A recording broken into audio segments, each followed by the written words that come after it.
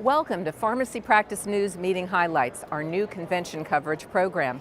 We're here at the 2017 ASHP Midyear Clinical Meeting in Orlando to bring you the latest research and reports from today's professional poster session.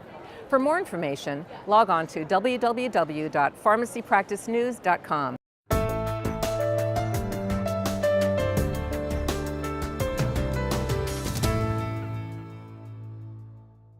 Christopher, thanks for joining us on Meeting Highlights. Great to be here. Thank you. Tell us about your poster. It's really interesting because it looks like you're trying to expand the pharmacy hours.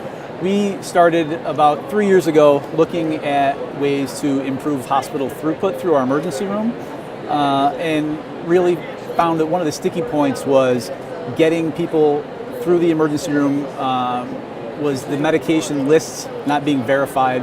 Admitting doctors just didn't have that information, and we were relying on nurses who really were multitasked a little bit too much. So we looked to expand our medication reconciliation program with some technicians. So it's been a 3-technician program with 4 interns that help out on the weekends, and we rotate two interns on each weekend, and they work alternate weekends. So we've really expanded the size of the department.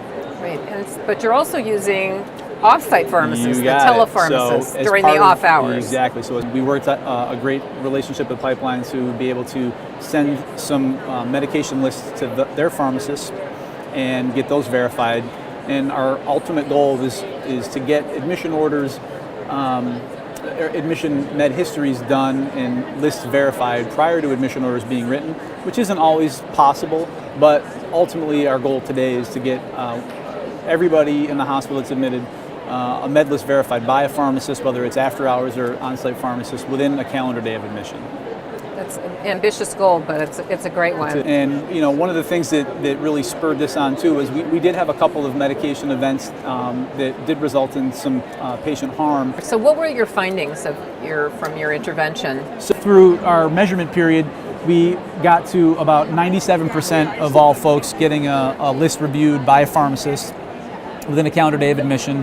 And I can say that we've, since this project, got such good buy-in from the C-suite that we were able to add a third person, and by doing so, we've gotten that to between 98 and 100% pretty much the last month solid. So you started out about 61%, and now you're in the upper 90s. Yeah, so congratulations. It's been a long road, but a very fulfilling one. Describe some of the specific interventions that your pharmacists are going through as they do the medication review. Yeah, so being remote, it leads itself to not having all the resources maybe at their fingertips that they would like, but they're still doing a really good job of identifying non-formulary meds, dose clarifications that need to be made. Those are by far and away were the 2 biggest ones, with some duplications of therapy. Can you give us any concluding messages to our viewers about how this can help them in their practice? Definitely. I think that for me, it was understanding the expectations of the provider staff. We had to sit down. We had what we call a dig or a do-it group, which we met with providers and really got an understanding of, okay, if my peak hours of admission are here to here, what is your expectation? And once we understood that, getting the C-suite buy-in was key. And because without them, I've got a great working relationship with the administration at Thompson, and they were able to understand from a patient safety perspective and an ED throughput perspective that, hey, we need to put some dedicated resource to this, because it's not fair to our nurses, it's not fair to our patients, it's not fair to our providers. Christopher, thanks for joining us. Thank you very much. It's been a pleasure. For Pharmacy Practice News and Meeting Highlights, I'm Dr. Linda Bernstein.